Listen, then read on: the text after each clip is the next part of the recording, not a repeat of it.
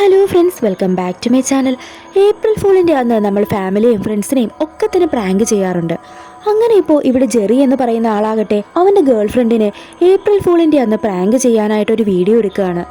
അവൻ അവളുടെ വീട്ടിൽ ഒരു ഹൊറർ സെറ്റപ്പ് തന്നെ ക്രിയേറ്റ് ചെയ്യുന്നു, അവളെ പേടിപ്പിക്കാനായിട്ട്. എന്നിട്ട് അവൻ കാറിൽ പോയി ഇരിക്കുകയും ചെയ്യാണ്. അവൻ ആ വീട്ടിലൊക്കെ തന്നെ ക്യാമറ വെച്ചതുകൊണ്ട് അവൻ്റെ ഗേൾ ഫ്രണ്ട് വീട്ടിലേക്ക് വരുമ്പോൾ അവനത് അറിയാൻ കഴിഞ്ഞു.